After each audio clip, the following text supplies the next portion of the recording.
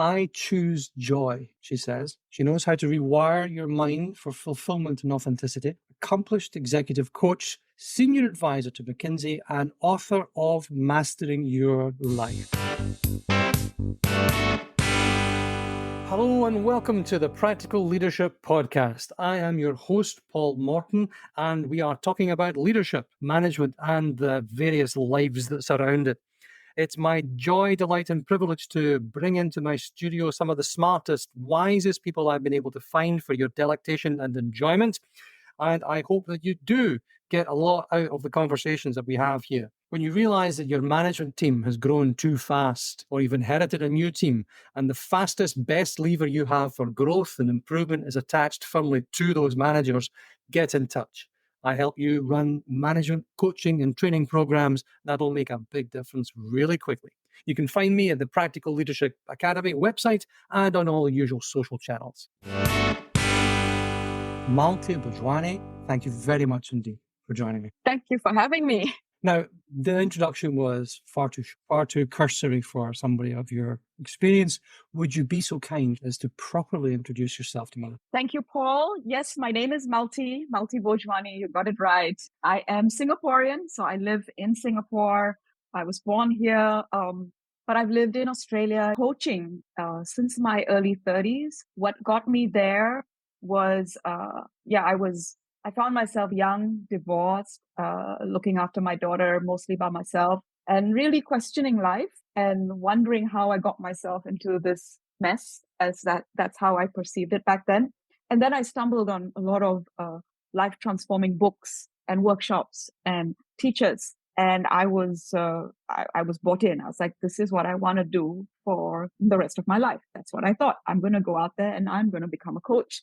And so I did. I embarked on that journey, and I managed to get a lot of accreditation and studied a lot, and I started coaching. And then slowly that developed from one-on-one coaching. It developed into coaching groups and teams and organizations. And I met firms and consultancy firms like you mentioned earlier, like McKinsey and others. And I've been supporting clients with team alignment, bringing teams together. So it's like the same, it's still coaching, but it's coaching for the team and mainly on a long journey. So the challenge, I think, is when you're coaching one person. No, that's not true. They're not the challenge, but the joy when you're coaching one person is you see individual transformation. If you're fortunate and you ask the right question, you see individual transformation. The challenge is to affect meaningful organizational change. You need lots of individual, and there's only so many hours in the day. So how do you then, in the context of a big group of people, get them all to want to change? How do you change one person's mindset without using a stick? How do you change a team of people's mindset without using lots of sticks? What's this shift in mindset that you can affect that then leads you to be able to do stuff for the company who's actually paying the bill? Thanks, Paul. So Richard Barrett, who is another really great teacher in this field, he has a great quote which says, organizations don't transform, people do. So from there, if a leader wants to transform his or her organization, the first thing that they need to do is introspect and look at what's going on internally for them and shift their own mindset in order to lead this transformation. So I think it begins there. And then to your question about time. So change only happens when there is an impetus or some kind of a tension. Like either you have this promised land that you want to get to, or you have this burning platform that you want to jump out of. So often what we do is try to bring that tension into the room. Let people see that, where do you want to be? What do you want to create together? What is your aspiration? What are your values? What is your purpose? And then we have that.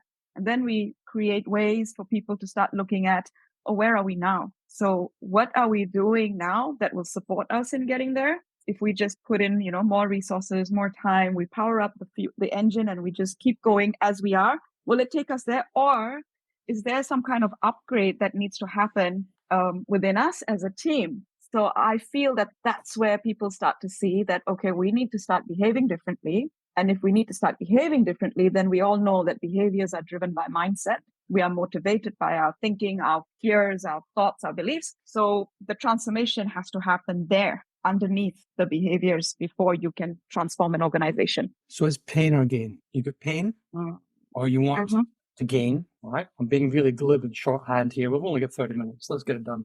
You've got pain or gain. So you either want to achieve something new or different, or you've got a problem that you want to fix. So you're looking to fix something within yourself so that you can then in turn fix the behaviors, what you're manifesting, which will hopefully result in a resolution to the pain or to a new way of doing things moving towards the gain. You mentioned fear.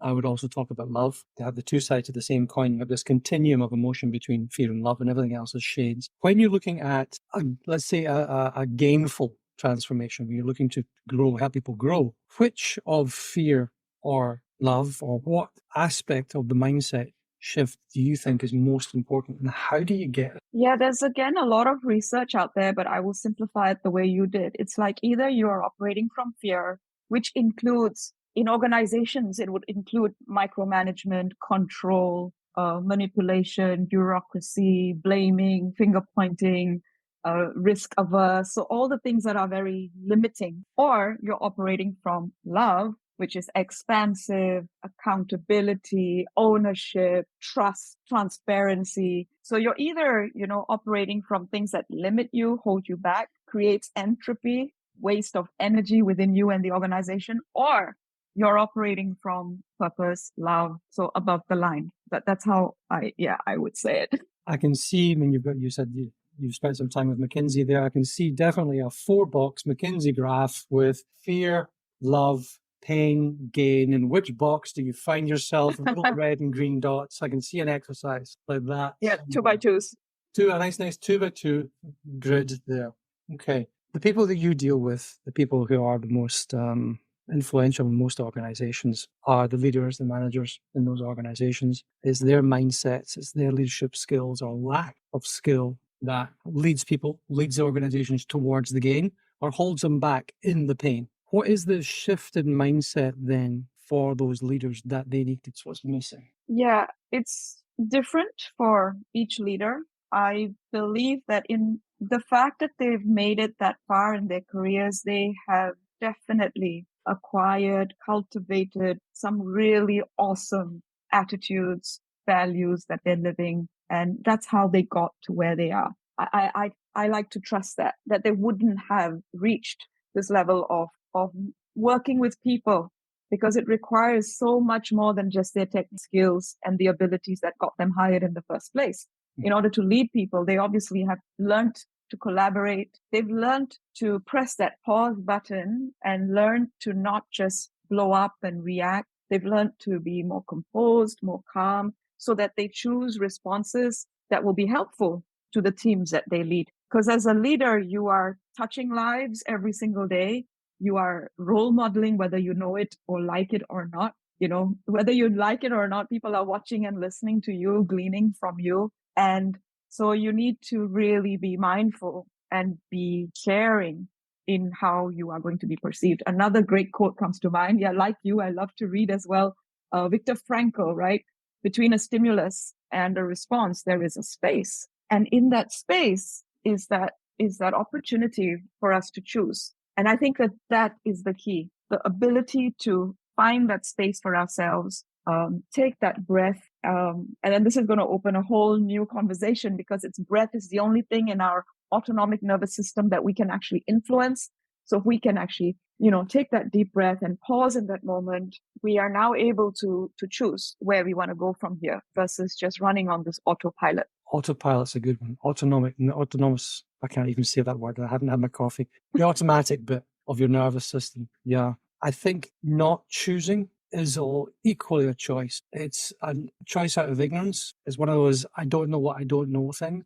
But as soon as somebody is brought to their attention that you need to be deliberate in your actions, deliberate in your responses, and before you choose what you're going to do with a task that's come to you, before you respond to the stimulus, you have a second. Everyone has a second. President has a second before he pushes a big red button and the missiles are flying. You have a second before you choose whether it's vanilla or strawberry that you're going to have in your ice cream. You choose. If you choose not to choose, that's equally a choice, but it's not a very good one. How, I think, and I'm afraid I keep going on the hows, because the hows are the transformational bit. The what is important. You identify with what, but unless you ask people the how, They sit and they say, "Oh, this is what I would do." No, no, do or do not, Padawan. There is no try. Do. Yoda. Oh yes. How? And I've forgotten the question I was going to ask, and it was really, really good. Darn. Oh, you asked what would you ask you at this clever point in time? What's the how behind that? So I have a how that I just realized as you were speaking about autopilot. Wouldn't it be awesome? Like, wouldn't it be amazing if we could reprogram the autopilot to do what we want it to do versus what we don't want it to do? So what if we all learned how to reprogram that autopilot that used to do a certain thing that we have now discovered, oh, this is not helpful, this is not impactful, this is not going to take me to where I want to be in my leadership, in my life. And if we could reprogram that autopilot into something that will be more productive, helpful, joyful, and all the good stuff. So to me, that's one of the magic things that we can learn for ourselves. It's age old. It's in our scriptures. I think lots of gurus and teachers have taught it because to me, it's the truth. It's reframing how we think. Because yes, thinking is automatic. But like you said, if we can take that pause, even in our thinking, and pause and just start to wonder, what am I thinking? Is this helpful? Is this train helpful? Are these questions I'm asking myself, are they going to help me grow, expand, transform? Or are they taking me further and further down a rabbit hole? So being able to identify, pause, notice my thinking, and then find a way to start reprogramming, for the lack of a better word, reprogramming so that my go-to in the future becomes a new habit of thought that I create, which is helpful versus unhelpful. Yeah. There's a line from Psalm 23, which is, "As a person thinks, so will their heart be." So it's the power of thought, I think, is recognized in that. The things that you think about. If we knew how powerful our thoughts were, we would be very careful about the things that we think about. There's our great friend who is a very large man. He likes his pies and his beef, but he also loves his mountain biking. And he says that he's very, very careful not to stare straight ahead, but to stare slightly to the side. Because if you're going down a path where there's lots of trees and you look at the tree, you're going to hit the tree. Don't hit the tree. The tree's hurt, he said. The thing that you're staring at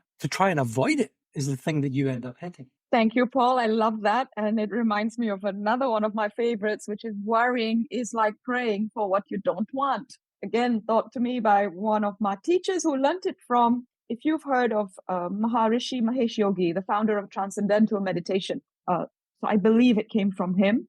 But I write it everywhere now. I love it because it really helps me realize that by worrying, we're thinking of all the things we don't want, but we're giving so much energy and so much focus on what we don't want that we are actually making manifest the thing that we don't want. Yeah. It's exactly like your story about the mountain biker, right? You're heading straight for the tree instead of looking for the gaps. So how about instead of worrying, we replace it with, I'm not saying, to just be an optimist and to not think about risk. Obviously, when you're running businesses, you have to be, you have to be careful. You have to mitigate for sure. But I think all of that comes naturally anyway to a lot of leaders. What doesn't come naturally is the other side of the coin, which is great. I've done everything I've needed to do, my due diligence. I've done everything to ensure that this project will not fail. Now, the rest of this energy is much more powerful if we spend it on what we do want. I find this especially powerful for parents because, my daughter lives overseas and my tendency used to be to worry for her, worry when she drives, worry when anything, worry. But when I learned this, I was like, Malti, stop it. Stop worrying, stop seeing these horrible potential things. Instead, just see everything that I'd love her to experience. So what I do now is instead of worry, I just send positive thoughts. Imagine her having a wonderful drive, a wonderful day, a wonderful work day. I find that it's just so much more fun. Yeah. Yeah. And we can probably get into the psychology of manifestation or the power of effective prayer or whatever, but it works. It really works, I find. It really works. Focusing simply and clearly and honestly and repeatedly on the things that you actually want drives you to pay attention to them, and you pay attention to them by doing things, back to the how, and doing things repeatedly and consistently gets you further down the road. Now, let's not talk about goals versus systems. I'm a big believer in systems rather than on the journey rather than the destination, because ultimately the destination for all of us is death. So let's put that Okay. off as long as we can and enjoy the glass of wine on the way, right? But the process of thinking and focusing on the stuff that you do want to have happen and the good things, the incentives, the opportunities, rather than the problem. I think successful execs, successful leaders, successful managers are opportunity focused rather than problem focused. Absolutely. Totally agree with you. So where do you take it from there? What's the I choose joy 3-step method for happiness? When you wrote about this in Mastering Your Life, okay, you talked about rewiring your mind towards fulfillment, rewiring your mind towards authenticity. How do you do it practically? So practically, if we understand just a little bit of brain science and frequencies, we have a few. Briefly talk about four. When we're multitasking, thinking logically, solving problems, we're operating at beta. When we start to focus on one thing, single pointed focus, then it's alpha brainwaves, as in they have slowed down. And then there's theta, and that's when we become extremely creative. We can access our creativity, our memory. We have insightful moments. When do you have your most creative moments, Paul? What are you doing, if I may ask? I have a technique that I use to answer questions or find the creative spark. And it's in the first 5 minutes of wakefulness. I'll go to bed and I've got a little pad, this little pad here at the side of my bed, and I'll write, what is the thing in the question? I'll go to sleep on it. And in the morning you wake up and you're still, what's my name again? Where am I? In that slightly fuzzy space. Doesn't always work. You remember the question, and I just jot down whatever comes to mind. No editing, scribble a ton of stuff, bullet points, nonsense sometimes. Then you go back and you work out what you said. And that invariably answers the question, invariably comes up with it should be a blue triangle. Oh, that's it. That's the thing. So I think intentionally looking for those moments of purity and clarity and simplicity in thought, for me, that's one. Yeah, absolutely. And if you look at the science of it, that's when we're in theta.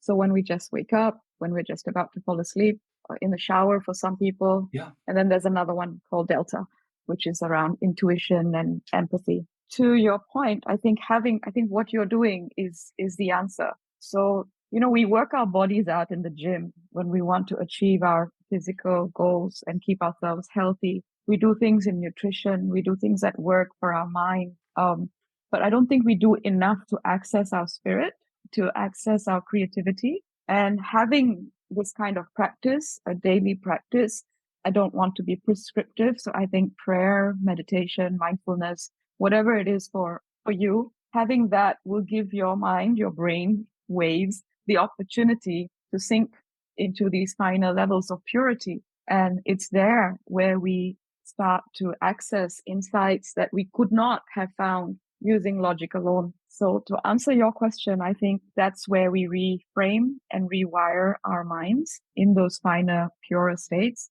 So if we are intentional about it, we start to plant the thoughts that are helpful, or we plant the questions that are helpful. Slowly, they become habitual. So I notice now more and more, not all the time, but more and more things that used to really upset me and rock my center, people, things, situations. Ever since I've been practicing, I've noticed that instead of going to blame and shame and guilt and why and who shoulda, why shoulda, coulda, all of that, I find myself practicing the questions instead. So instead of reacting, one of these questions would just pop up, which is, I wonder what's going on in this person's life that they are behaving this way today, or what do I really want to create in this situation, or how do I want people to remember, how do I want my loved one to remember this day or this incident? And these questions help me to choose a response, coming back to Frankel's work, that will help the situation, or at least diffuse it in that moment, so that we can then go away and think about it and problem solve it using all the facets of our mind. Yeah.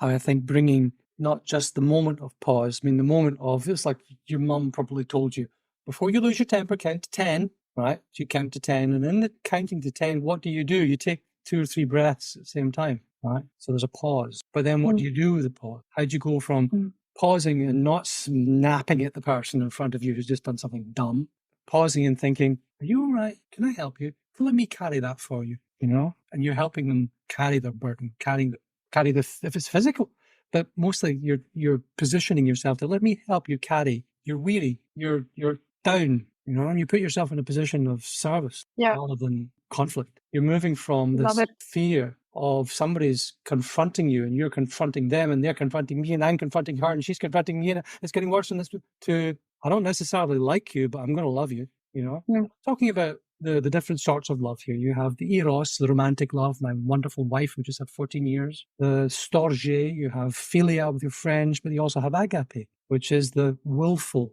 willingness for someone else to be good, to have the willing of someone else's goodness, of good for the other person, eventually got that. Yeah, no, I love that. And I think that's so important coming back to, say, leadership. When we start to see people in their higher potential, we start to see that when people do things in a way that maybe it is not the way you would have done it yourself, but you start to see that everyone has their own gifts and you're willing to let them express their gifts their way.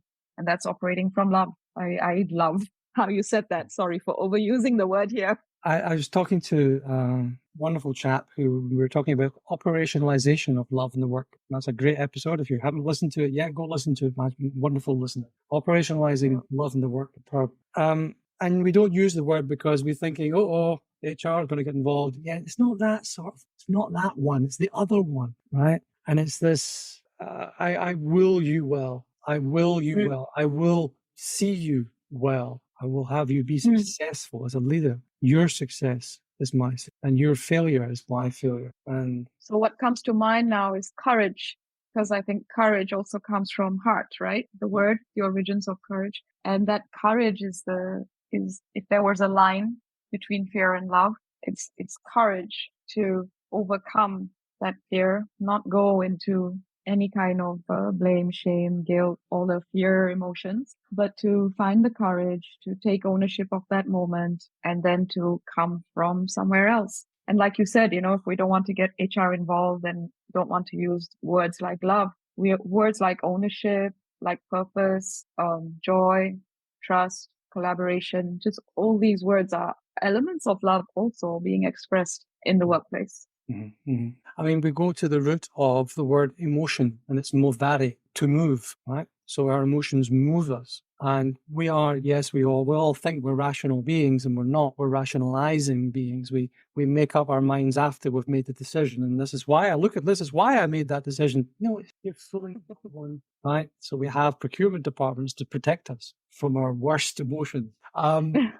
And processes that try and beat the emotions out of our organizations. But we are fundamentally emotional beings. And if we can help people around us move from fear over the line of courage in towards love, and I think that's part of the transformational journey we can take an individual on. And that people don't change. Sorry, organizations don't transform, but people do. Yes, that's very true. And you can't get them to change without them to change. What would you have a piece of advice for people who are perhaps inheriting team and navigating the challenges surrounding them? Yeah, I've done a lot of that sort of work where these people get promoted and then they inherit a team that already existed in a machinery and organization that was already functioning.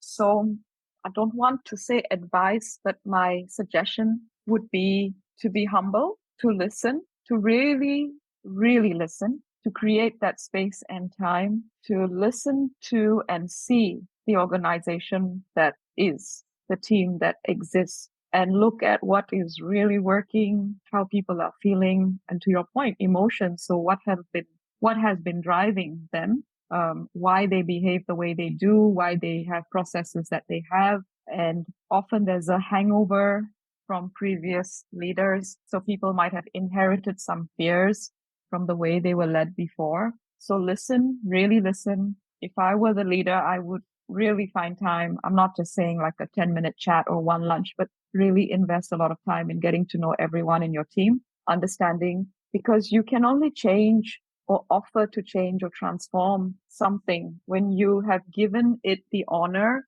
of having seen it for what it already is. So you actually show and appreciate what exists And then on top of that, you earn the right to assert yourself, or you earn the right to offer advice and change only after you have fully seen what the other is. So I think that's the most important step. I love that. You've earned the right to assert change only after you've shown that you understand what something actually is. Yeah, you've listened, really listened. Yeah. What are you working on right now, Mom? I am enjoying these podcasts very much. So I'm enjoying podcasts right now. I am working with many teams, and many of them have been very committed individuals, large groups that come together. They're not teams, I would call them groups. They work for the same organizations, but organizations that really believe in personal development for leaders, where we take the time, really take the time, and don't talk about business or results, but we really take the time to support people in making the shift, the one that we've been talking about, from fear to love. So that's what I've been doing. I've been traveling around the world doing that and loving it. Another thing I'd like to share is that I recently published my latest book. I've written about 3. I say about because some of them were translated. The latest one is called Mastering Your Life. There are 2 versions. There was the longer version, which I wrote during COVID. And then I wrote a shorter version, or I edited the longer version. And Mastering Your Life came right after my father had died. And I almost lost my mother a year later. And I was quite shocked when I thought I was losing my mom. When my dad passed, it was a very different experience of what I thought it would be. And hence it started to inspire my book, where the closing chapter is called Dying in Dignity, because I really experienced my father dying with dignity. He made it to almost 80, but he knew he was going. And that's another very unique gift. I consider it a blessing for me and my siblings and my daughter, my nephews and me, because we had time, we had time to spend with him. He knew, I'm sure it wasn't easy for him, but he did it with so much dignity. He knew he had about 10 or 12 days left, and we got to spend time with him. And it was beautiful to see him go, ready to go, no regrets, kind of like, all right, see ya. It was beautiful. And it inspired the ending of my book, which is called Dying with Dignity. And then when my mom almost died, and she didn't, I turned 50 that year, and I called the opening chapter of the book Living in Joy, because that's when I made the conscious choice. I think I was already doing it, but it became more conscious, and I was able to articulate it. I used to live to survive life, running away from all the things that were scary and dangerous. But it inspired me to shift from surviving to really enjoying, being in joy whilst I live out the rest of my years. So living in joy. And then the pages in between are Mastering Your Life. How can people find you? How can people buy the book? The book's available on Amazon, on Audible, so e-paperback and Audible through Amazon all over the world, I hope. And you can find me anywhere. On Instagram, it's Malti Bhojwani. LinkedIn, it's Malti Bhojwani. I have a website, which is maltibhojwani.com. So if you just type a version of my name, spell it however you do, you might stumble on it. Wow. Yeah, that's where you can find me. Well, we'll put all of the various details, links, etc., into the description in this episode. Mastering our life, rewiring our mind, worrying, like praying for the things you don't want. Well, I'll tell you what, let's pray for the things Let's do that. Enjoy. Malti Bhojwani, thank you very much indeed for joining me. Thank you very much, Paul. You have a lovely day. And that's a wrap. I hope you enjoyed the show. Thank you for joining me. If there's ever anything I can do to help you on your journey, then do please reach out. You can find me on LinkedIn and all the usual sources. Do please subscribe, leave me your 5-star review, and most importantly, get in touch with your comments and feedback. It's really how I grow, and that's what I'm doing this for. Thanks again.